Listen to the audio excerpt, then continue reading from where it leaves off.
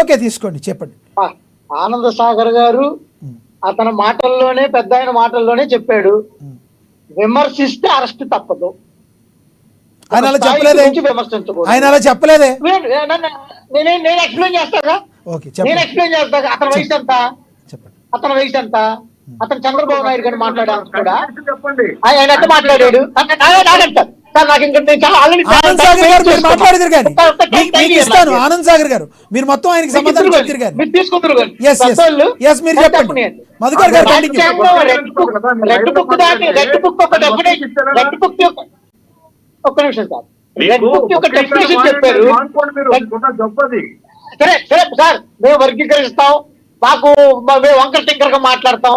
ఇప్పుడు రియల్ గా మాట్లాడుకుందాం. రెడ్ బుక్ యొక్క డెఫినేషన్ ఎంత క్లియర్ గా ఇచ్చారో ప్రాక్టికాలిటీలో ఎంత క్లియర్ ఉందో నేను చెప్తా. ఈ రోజు నిన్న జరిగింది ఇది. నేను ప్రతి రోజు లైవ్ లో చంద్రబాబు నాయుడు గారి నియోజకవర్గంలో మీ ప్రభుత్వంలో పనిచేస్తున్నటువంటి విఆర్ఓ గారు చిత్తగా బాగారు. దేనికి తెలుసా, మీరంటున్న చెరువును ఆక్రమించి మీ తమ్ముళ్ళు, ఇదిగో నేను చెప్పేది ఏం కాదు, ఇదిగో ఆయన పేరు కూడా చెబుతాం, మరి మీరు అరెస్ట్ చేయండి, వెళ్ళి మీరు కనుక్కోండి వెళ్ళి. అర్ముఖం అనే టీడీపీ కార్యకర్త అనుచరులతో కలిసి ఒక విఆర్ఓ గారు దాడి చేశారు. ఇది కుప్పంలో జరిగింది. చంద్రబాబు ఇలాకాలో విఆర్ఓపై టీడీపీ నేతల దాడి. చెరువు గుట్టు పొరంబోకుని ఆక్రమించి సాగు చేసేందుకు ప్రయత్నించిన టీడీపీ నేత అర్ముఖం. ఇదొకటి. This is one among several. ఇప్పుడు ఇంకొకసారి అన్నారు, ఏదో మీరు మాకు చెబితే అంటే ఈ రోజుల్లో ఒక గవర్నమెంట్ ఎలా నడుస్తుందో, ఒక ఏరియాలో ఏ విధంగా దాడులు జరుగుతున్నాయో అది ప్రతిపక్ష వాళ్ళు చెబితే మీరు తెలుసుకునే పరిస్థితిలో ఉన్నారు. అంటే మీకు డిపార్ట్మెంట్ ఉన్నా కానీ వేస్తే మీరు తెచ్చుకొని పరిశీలించరు. ఒక వ్యక్తిని దాడి చేసి ఒక వ్యక్తిని చంపితే ఆ వ్యక్తికి ఒక కన్సర్న్ మినిస్టర్లు వెళ్ళరు.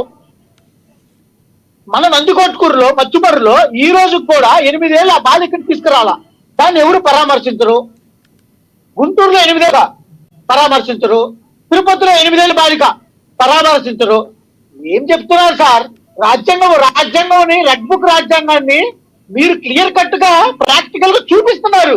నిన్నటి దినమును కూడా లాస్ట్ టైం నేను మాట్లాడిన లైవ్ లో కూడా ఒక స్కార్పియో కారు నుంచి అడ్డగించి పల్నాడులో నర్సరాపేటను వదిలేసి వెళ్ళిపోయి పల్నాడులో కూరగాయల వ్యాపారం చేసుకున్న వైఎస్ఆర్సీపీ కార్యకర్త, ఆ కార్యకర్తను అడ్డుకొంచి వైట్ స్కార్పియోలో ఎత్తుకెళ్తున్న వీడియో విజువల్స్ నేను పెట్టా.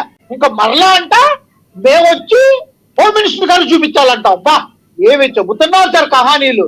రెండో మాట, అసలు మళ్ళా అసలుకి మేముగా చంద్రబాబు నాయుడు మీద కేసు పెట్టింది.